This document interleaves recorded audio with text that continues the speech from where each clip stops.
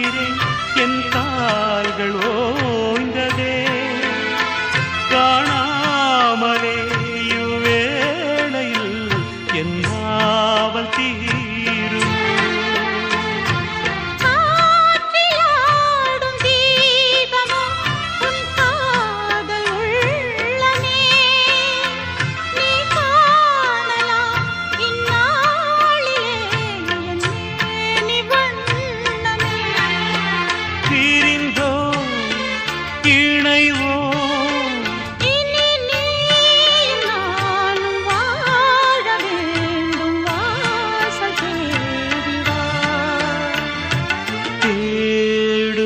கண் பார்வை தவிக்க